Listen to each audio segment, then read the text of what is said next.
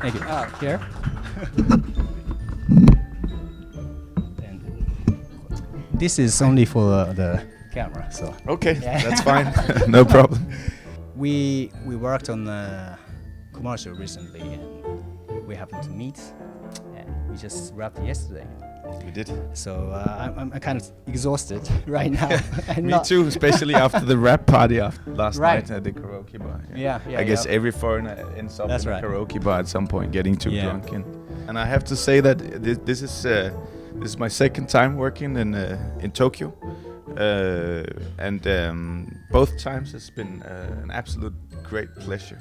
It's the people here, first of all, is impressive. It's like you have not seen that anywhere else. And coming as a foreigner from Denmark, where I come from, it's a very, very different country to be in. And it's just there's many things that makes a lot more sense here, because you're kind of united as a people, and that's something you can also feel very much when you work here, because people are very obliged to what do you say? They're very engaged in their work. They're very proud about what they do, and that's a huge pleasure for me personally to come and work with people like that. That's really nice. So something I wanted to talk to you about is how, I mean, because you know Lars, and how he works and stuff, and he has a company, Zentropa. Yeah. Did he make that Yeah, so Zentropa is just to take the story of Zentropa is made because Lars Von Trier is educated from the Danish film school, and he educated together with a producer called Peter Aalbæk. They didn't work together on the film school. He was kind of like a guy, Peter Aalbæk, the producer, was running his own stuff. He was doing commercials, and he was kind of like a little bit of an old school trader in many ways. He's not very much into the art scene at all, really. At least he wasn't back then. Lars, of course, is an auteur. I mean, he was very much into the art scene, and he was educated from the film schools and did his films from out there. But he had a bit of a hard time in the film school, because even back then, in the beginning of the film school, he was very interested in breaking traditions all the time. I mean, there was not something. I mean, whenever there was a teacher who would say to him, "So this is how you do this. You need to write a film with these, story curves and breaking points and all this stuff," he would try to always challenge the system and challenge the way you do it. And I think that was a very big part of him as a person. But it gave him a bunch of problems when he finished from the film school, because even though his films had very high artistic quality, people would find it hard to work with him, because he would always challenge whatever system there was. And back then, Denmark was definitely struggling from the exact same problem that you're describing right now. There was a very solid film industry that made films of fairly high quality. They sold a lot of tickets, but they didn't challenge the system. They didn't break traditions and stuff like that back then as much as you would see now. So things changed a little bit ever since, but back then it was a bit of the same problem that you're describing now. So there was not a lot of people who really wanted to actually make films with Lars, because he was a problem child,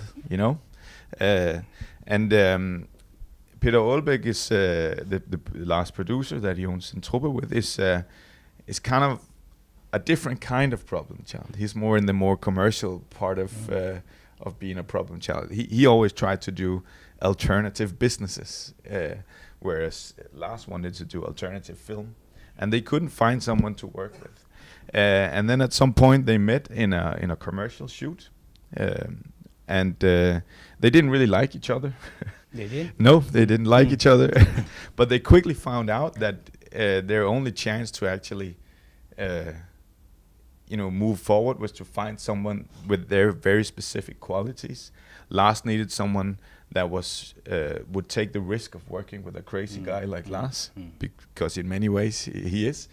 And Lars needed a producer that would take the chance of working with someone like him. So even though they didn't maybe was the best of friends, they decided that maybe they could actually create a business career together. And so they started. They accepted that the fact that they would need each other to move forward in the business world, and that's how Zentropa actually started. One crazy artist and one crazy businessman that kind of joined forces and created this company. Right. And they did. I mean, they did fairly well from the very beginning of their career, but nowhere near as a financial success.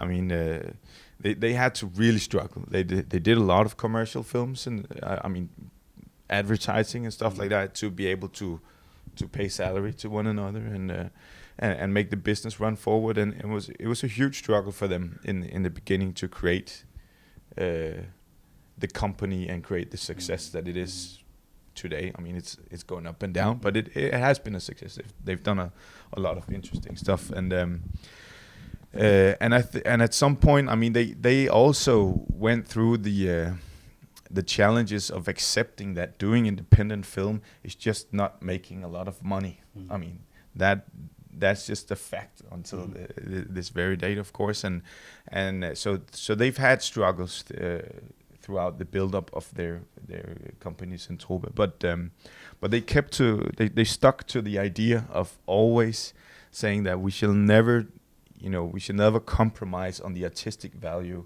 of our films, or at least Lars Von Trier's film, because since they grew to a bigger company, they took in more directors. They have a bunch of directors, of course, and they've done all sorts of films from porn to children's movies. I mean, they did porn at some point, yeah.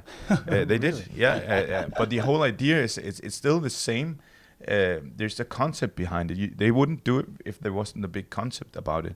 And for them, it was about, at that point, the porn scene was very sexist. It's very women degrading. So they said, how is it that we just have something like this that is allowed and open to people, but is degrading to women? Can we change it? So they started doing these porn films that was actually fighting for equal rights for men and women. Yeah, I know it sounds a bit crazy, but they're crazy people, and that's but all of these things is actually is kind of bringing together this whole idea of always challenging tradition and always have a strategy, and the idea is that art has to come first, and they're still together now. I mean. It's still those two guys who owns Zentropa. They've sold a share of it during a financial crisis, where they sold 50% of the company to a company called Nordic Films, who is probably the biggest production company of Scandinavia. Like a rental house they owned, and they had to. Zentropa. Yeah. They created. They have also. I mean, the financial system of Zentropa is crazy complicated. It's absolutely complicated, and it's actually and this. I'm sorry if this becomes fairly detailed and technical, but European film business is created upon what you call regional fundings. That means that if you want to fund films in Europe, you can go to different regions around Europe. There's different regions in Denmark. There's different regions in Sweden, as we talked about, and there's a bunch of different regions where the governments have said, here is a region where we don't have enough financial growth. It's very common that it's old industrial areas where the industry has been outsourced to different countries, so the business dies in an area of the country, and then they say, let's try and bring something else that will attract people to live here and have a good life and attract business. And one of the ways of that is trying to attract cultural business. So they put down a bunch of money and say, if you come to this place, we'll give you a bunch of money to make your film here. And that's one of the reasons why Lars has mainly made his films outside of Denmark, mostly in Sweden, some in Germany, some in England, and a little bit in Denmark. But it's been the areas around, and that's because you have these regional funds. But the thing is, to get a hold of these monies, you have to put your whatever business you can into that region. So you need to get workers from this region. You need to buy rent equipment for some places like that. So what they actually did with Zentropa is they created small companies around entire Europe. So they would, in that way, be able to hire their own company in a certain region to benefit financially from this, and that was kind of like a survival strategy for them. Instead of losing a lot of money, they would create companies around. You can definitely argue if this is morally correct. I mean, that's the fair. So what happens after the production finishes? They close the company, or no, they still exist. I mean, because they know that it's good to come back there, and so they thrive on it. And what has happened with many of these companies around Europe is that they've actually succeeded on finding both producers who were of local origin, but also Danish producers who has moved to these companies and actually thrive on the business. So they actually produce films around Europe and co-produce a whole bunch of projects, especially in France, where it's a producer called Marianne Slot, who is an absolutely great producer. She's co-financed a bunch of films, and she brings films from across the sea, from the States and stuff like that, and co-finance those. And I mean, they're thriving. The companies are thriving throughout Europe. Their own companies, so they are also actually developing in some ways. Yeah. Wow, cool. Because the next question I had was like, what makes Zentropa so different from the other production? Because like I was gonna talk to you about like what he did was making Danish film industry like into something else, I feel, and everybody in the world knows now. True. So I think it's a bit hard to say what makes the company different, because the company is supporting Lars. That's I think that's what make his co-owner of the company, Peter Aalbæk, very different from other companies. That he's very willing to take a lot of risks. But I think it's easier to talk about how Lars is a different director than many other directors, because I think I have an opinion on that, and that is combined with how the production company became a different production company than other companies. And to me, and this is something we could talk about for many hours, but I'll try and narrow it a little bit down. But to me, I think that one of the things with Lars is that he has a very strong vision about his art. And one of the things that he has always struggled with a little bit is the complexity of the film business. There's so many people. It's a very, very long process. There's so much money that you need to gather before you can start filming. And everyone who puts money into the film has their different ideas on why they should put money in it, and demands for how they put money in. So the bureaucracy of financing a film, the creation of, the gathering of a film crew and stuff like that is very tough. But what he has always tried to look into, the way I have seen it at least, is that he changes from that. He wants it to be very simple. I mean, the financial process and the demands from the co-producers and stuff is something he can't touch. But when he's working on a film, he gets rid of all the complexity as much as possible. He has the smallest crew he can accept. I mean, there needs to be a certain production values for him to succeed on his creative vision. But he would don't want one extra person outside of what is absolutely needed. When you're working on the film set with Lars, it's a very small family of people that all know each other very well. Most of I'm one of the new kids in this family, and I've done 3 films with him now, and some of them has been there from the very beginning. They still stay there, you know. And he doesn't. He likes, you know, when he likes someone, he's very loyal to them and keeps them in there, and that creates a very small family of very professional people who likes each other, and that creates a very relaxed mood. So when you bring in the Hollywood actors that you normally you know, it's big business, you know, there's a bunch of people running around them and stuff, but it's not on Lars films. They come in and they're just a part of the family. It doesn't matter if it's Uma Thurman or Kiefer Sutherland or whatever. We eat in the same room. I mean, there's no one's more important than another person, because it's a family, and the family can succeed on creating this vision. So in that way, you turn complexity into simplicity, because it's a natural thing to be there on the set. It's a natural thing to work with what we do, because everybody has the same vision. Everybody enjoys to be part of it. No one's there because everybody has to pay bills and stuff like that, but they're there because they want to struggle for the art or the final outcome of the film. And so I've met a lot of other people in the film industry, and there's many people who likes the fame, and they like the money that you can get if you also have the fame and all this stuff. Lars doesn't care about this, not at all. It's about the art, and it's about, you know, being able to express your opinions and stuff. So in that way, I think he's very different, because he gets rid of complexity, and then he creates a very, very strong view on how to do these things, and it's very simple. And this is also something we spoke in the bus. Yeah, sure.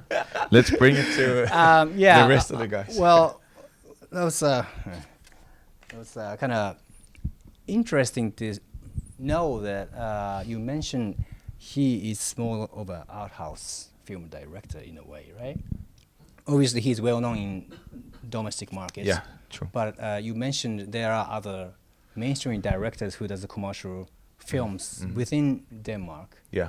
But not necessarily international. Ah, like that. Yeah, sure. Yeah, so I think this is probably where it becomes very personal from an artist to an artist, because one of the things is that Lars is very concerned about global subjects in a way. He's very concerned about religion, for an example. That's something he's very interested in, and he's very. He's very into psychology and stuff like that, and all of these subjects that he's very, very interested in are very universal, and he tells them in a universal language. I don't think. Lars is very scared of traveling. He can't go into an airplane. He suffers from some severe anxiety. That's of course something that maybe people who know him or in public is very well aware of. So he's not the most international person, but I think his mindset is very international and very, in that way, not very Danish, where he is born and raised. I think he's also very, very interested in authors and other artists that are from around the world. He hasn't sucked his information off of Danish culture and artistry. He's been looking, throughout the world for his inspiration for whatever he does. So in that way, that's one thing. I think he speaks an international language with his films, and he's focusing on subjects that are globally interesting, or if you can say it like that. But I also think that the Danish film scene is, if you look at it from a critical perspective, then we have the same regional funding system as I talked about earlier, as you would see throughout Europe. That means that if you produce a film in Denmark, there's one big institution you could go to for funding, which is called the Danish Film Institute, and they are the ones who is choosing. I mean, what do you say? Like financing with governmental fundings, and they have a bunch of strategies on how things are supposed to work, and they have to answer to the government, who always have a political strategy. Whenever there's a change of government, then there's a new cultural minister who would say, film business is supposed to look like this next year. And then they give these people in the Danish Film Institute a bunch of money, and they have to carry out these political strategies in how they finance the films. And that means that they want to make Danish directors who can make films for the Danish people. They also want to have someone that can cater the international audience, but they're very concerned about making good, strong Danish films that tell stories about Danish culture. And Danish culture is in many ways very great, but not very interesting to the rest of the world, because in that way it's not. I mean, it's not. Here in Japan, the tradition is very beautiful, very special in many ways, because you've been lucky enough in many ways to be so isolated from the rest of the world that your culture developed in a beautiful manner. Denmark is like in the middle of a whole bunch of other big countries, so our culture is more like inspired by everything around us. So it's not very. We don't have the huge culture of tradition that you have here. So the Danish film scene is, I don't know. It's just in a way it's a little bit narrow, you can say. But the directors coming up in Denmark still has to kind of live up to the political strategies. So for them, it can be hard to develop the artistic ideas in the manner that Lars has been able to, because he never gave up on the vision of doing whatever he believed in as an artist. So I think that's again, it comes back to the whole idea of that you wanna cater to your artistic vision rather than a commercial vision.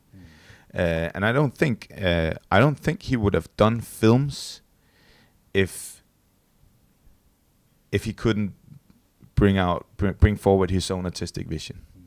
I think he loves films, and I think it's the only. It's really. I know him very well. We're good friends, and I know that the one time that when he's really when he feels that his life is meaningful is when he does films. And there's a lot of time where he doesn't make films, and he's not.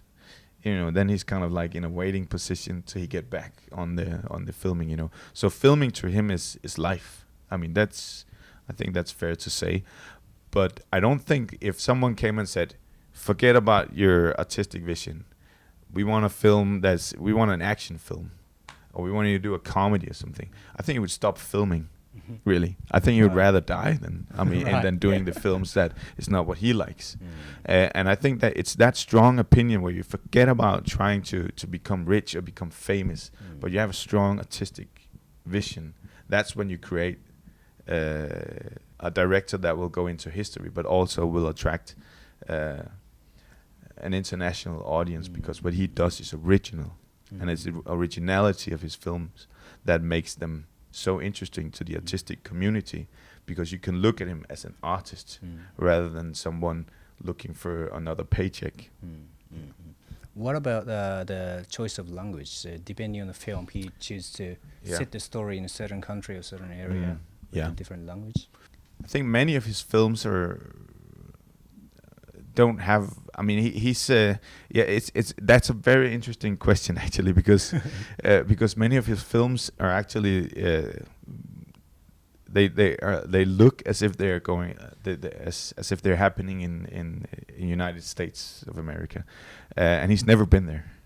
So that's sort of a weird thing, but I think I think his choice of language is very much depending on the story.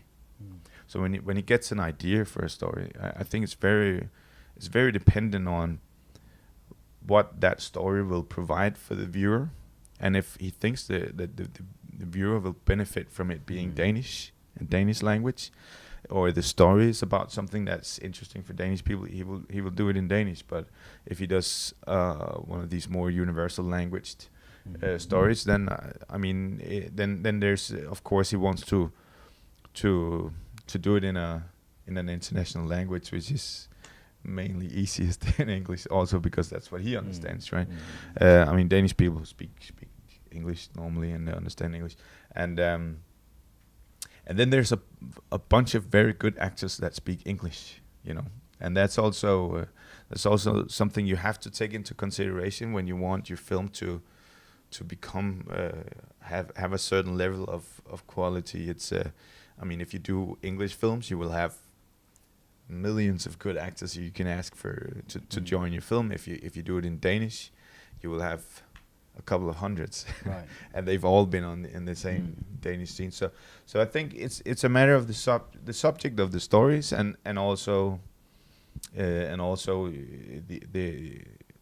expanding possibilities you will have creatively when you go to an English international language film, right? How do you guys maintain the company in a way that you guys must produce I don't know how many films per year, but like obviously there are a bunch of producers within the company doing all sorts of different films, I guess, in different size of productions, and if it's a big budget, there's a big risk. Yeah, it's very hard. It's actually you can look at Zentropa as a company as a big success because they've done huge internationally acclaimed films, critically acclaimed films, but the reality is that they're always struggling to survive a lot. They're really struggling. It's very hard to earn money, and there's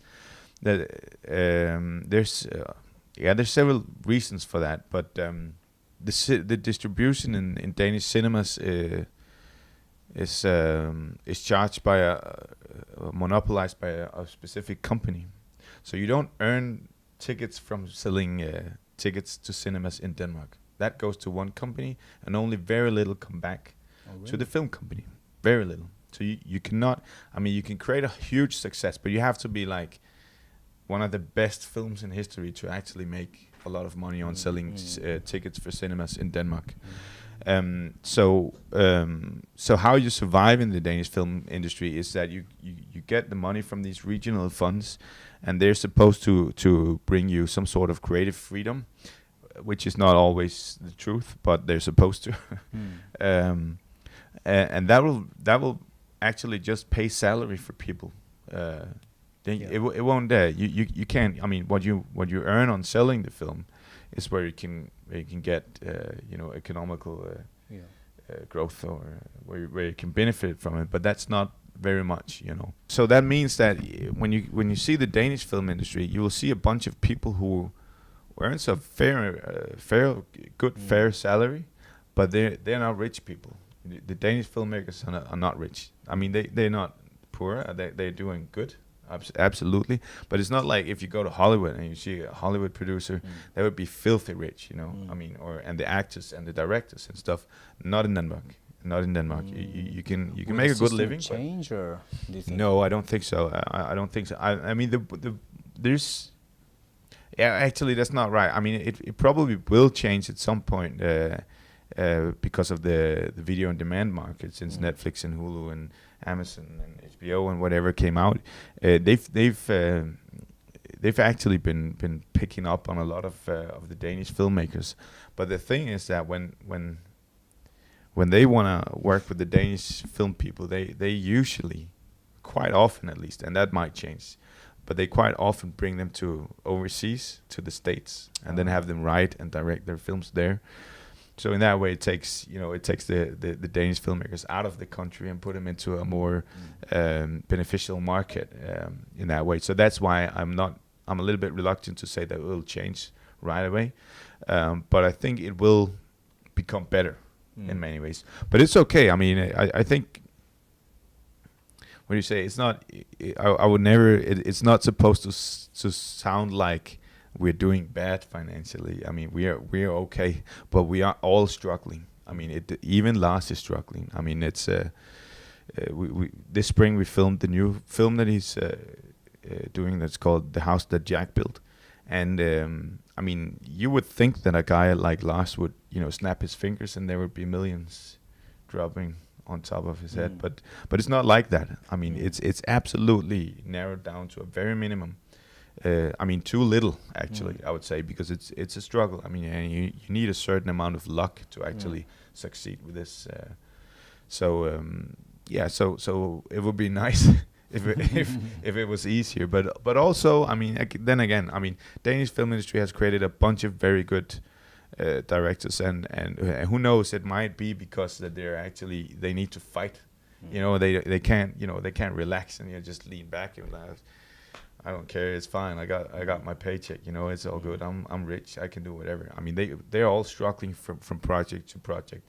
So, and that can that'll keep you on your toes, I guess. So maybe it's also a positive thing. One of the things that because I'm working and I have known Lars Von Trier for such a long time, one of the things that I'm very often met with, I don't know. I mean, you maybe know his films, and I don't know how much. Oh. You're good. Good. I don't know how many of the stories about him as a person reach the Japanese media. I don't know, but in Europe, many people know him as some sort of a crazy person, and I'm very often asked the question when I tell somebody that I work so close to him that I do. And I really work close because I'm his assistant. So the first thing when we're on a shoot is the first thing I do after coming out of the shower is going down and meet with him, and then we eat breakfast, and then we are this close as we are right now for the entire day until we go to sleep. So we're very close. I know him very well from the long production we've been on, and people often ask me and say, it must be so crazy to work with a crazy person like him. And that's something that I really want to tell people, that he's not a crazy person. He's a guy who's struggling from a lot of anxiety. He has some mental problems, but as a person, he's very, very sweet and social. He's very humoristic. And he's very nice to be with. And one thing is that I think it's a little bit sad that he has this rumor of being a crazy man, because that is practically created by media.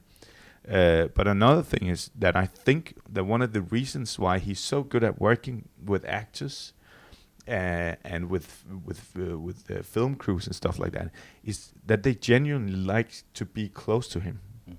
They feel loved. They feel respected, and that's one of his biggest strategies for directing. Is that he wants to have people feel that they're respected for their craftsmanship, I think I see that as one of his big keys to success that I at least try and carry on in my work as a director myself. I really like the idea of having directors that enters a room with respect rather than arrogance. That I think once in a while is something you would meet. He's a very, very loving and kind person, and he uses that to direct. He brings the best forward in people because they want to be part of this, because he respects them, and that kind of respect, that kind of togetherness that he brings into a crew is something that you rarely hear about in the media, because they rather tell the stories about that he has done cocaine while writing, or that he's an alcoholic and stuff, and all stories are correct, but that doesn't make him a bad person. You can argue that it's a stupid idea, but I mean, I know him well enough to understand why he has done these things, and he has very good reasons that people don't know about.